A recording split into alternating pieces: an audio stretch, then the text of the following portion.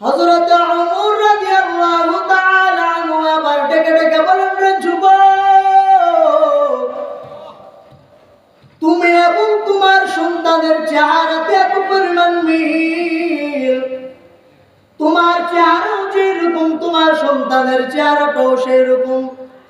যুবক ডেকে ডেকে বলে, রে ওমর, আমার এবং আমার সন্তানের চেহারার মিলটা দেখছেন, কিন্তু আমার এই সন্তান দুনিয়াতে কিভাবে আসছে, দুনিয়াতে এলো কিভাবে, এই ঘটনাকে আপনি জানবেন না। ওমর রাদিয়াল্লাহু তাআলা আনহু ডেকে ডেকে বলেন, আরে যুবক, দুনিয়াতে সন্তান তো কিভাবে আসে এটা সবাই জানে।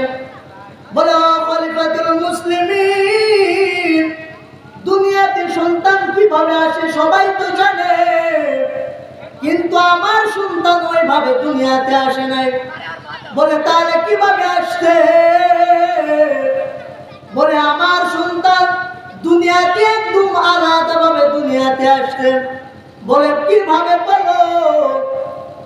এবার খলিফাতুল মুসলিমিনকে ডেকে ডেকে বলে, ও ওমর, আমার সন্তান দুনিয়াতে এক আজব কাহিনীর মাধ্যমে আসছেন। ওমর বলে, তোমার সন্তান কিভাবে আসছে জানাইয়া দাও। বলে, আমি একদিন যুদ্ধের ময়দানে যাওয়ার জন্য রওনা দিয়ে দিলাম। যুদ্ধের ময়দানে যখন যাইতেছি, কিছু দূর যাওয়ার পর আমার স্ত্রী ডেকে ডেকে বলে, ও প্রাণের স্বামী, আপনি তো যুদ্ধের ময়দানে যাইতেছেন, কিন্তু আমার গর্ভে আপনার একটা সন্তান রয়েছেন, অন্তত এই সন্তানের জন্য হলেও একটু দোয়া করে রওনা দিয়ে দেন। আর ওমর রাদিয়াল্লাহু তাআলা আনহুকে ডেকে ডেকে বলতেছেন, ও খলিফাতুল মুসলিমিন, আমি রওনা দেওয়া বাদ দিয়ে বারবার স্ত্রীর কাছে চলে আসলাম।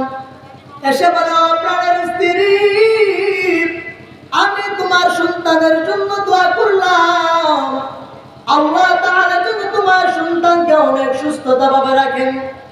এই দোয়া করে করে যখন আমি যুদ্ধের ময়দানে রওনা দিয়ে দিলাম, যুদ্ধের ময়দানে যাওয়ার পর যুদ্ধ করতেছি, করতে করতে যখন দীর্ঘ টাইম চলে গেলেন, দীর্ঘ টাইম যাওয়ার পর হঠাৎ একদিন খবর চলে আসলো, আমার স্ত্রী আর দুনিয়াতে নাই। আমি কোনো কিছুই মনে করলাম না। কারণটা হলো, যে স্ত্রীকে আল্লাহ তাআলা বানাইছেন, ওই স্ত্রীকে যদি আল্লাহ তাআলা নিয়ে খুশি হতে পারেন, আমার সমস্যাটা কোথায়? আমি আর কোনো কিছু করলাম না। যুদ্ধ করতেছে, যুদ্ধ চলতেছে। যুদ্ধ যখন এক পর্যায়ে শেষ হয়ে চলে গেলে, যুদ্ধ শেষ হওয়ার পর আমি আবার বাড়িতে চলে আসলাম। বাড়িতে আসার পর এলাকার লোকজন আমাকে ডেকে ডেকে বলেন, হে যুবক, তুমি তো যুদ্ধ করার জন্য রওনা দিয়ে দিলাম, কিন্তু আমাদের জন্য বিপদ কেন রাখছো? এবার আমি তাদেরকে জিজ্ঞাসা করলাম, আমি আবার বিপদ কোথায় রাখলাম? বলে, তুমি যুদ্ধের ময়দানে যাওয়ার পর যখন যুদ্ধ করার জন্য চলে গিয়েছো, তোমার স্ত্রীটা দুনিয়া থেকে বিদায় হয়ে চলে গিয়েছে। বলে, হ্যাঁ, দুনিয়া থেকে চলে গিয়েছে, এটা তো আমি জানি। তাহলে সমস্যাটা কোথায়? বলে, তোমার স্ত্রীকে যেখানে কবরস্থ করেছি, এই জায়গায় আমরা রাত্রি কোনোভাবেই যেতে পারি না। বলে, কেন? বলে, আমরা যখন রাত্রি কবরের পাশ দিয়ে যাওয়ার জন্য চেষ্টা করি, হঠাৎ দেখা যায় কবরটা ফেটে চলে যায়। কবর থেকে একটা কবরের নিচ থেকে ধোঁয়া বানানো আরম্ভ করে। যুবক ডেকে ডেকে বলে, না না, এটা তো কোনোভাবেই হতে পারে না, কারণ আমি যে আল্লাহর জন্য যুদ্ধে গিয়েছি, আমার আহার পরিবারকে ওই আল্লাহ তাআলা সুস্থতায় রাখবেন। বলে, না না, এটা কোনোভাবে হতে পারে না। বলে, না, এমন প্রায় প্রতিদিন প্রতিনিয়ত হয়ে থাকে। যুবক চিন্তা করতেছেন, মানুষজন যখন বলে মানুষের কথা বিশ্বাস করার কোনো প্রয়োজন নাই। আজকে রাত্রে আমি নিজে আমার স্ত্রীর কবরের পাশে দাঁড়াইব। যুবক যখন রাত্রে চলে গেলেন, যাওয়ার পর কবরের পাশে যখন দাঁড়াইলেন, দূর থেকে কবরকে ফলো করতেছেন। এক পর্যায়ে কবরের পাশে যখন দূর থেকে কবরটা দেখতেছেন, কিছুক্ষণ যাওয়ার পর কবরটা দেখা গেল হঠাৎ একাকি ফেটে চলে গেল। যুবক আশ্চর্য হয়ে গেলেন, কি ব্যাপার, আজকে কবরটা কিভাবে হঠাৎ ফেটে চলে গেল? যুবক চিন্তা করতেছে, কবর যখন ফাটছে আমি তারপর কি হয় একটু দেখার পর এখান থেকে যাব। দেখতেছেন ওই ফাটা কবর থেকে আবার আগুন বাড়ানো আরম্ভ হয়ে গেল। যুবক এত পরিমাণ পেরেশানি পড়ে গেলে,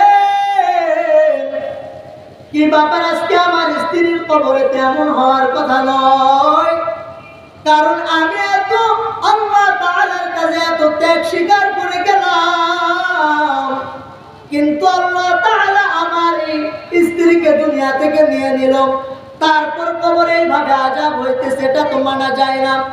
যুবক চিন্তা করতেছেন, আমি আর এই জায়গায় থাকবো না, এবার কবরের পাশে চলে যাব।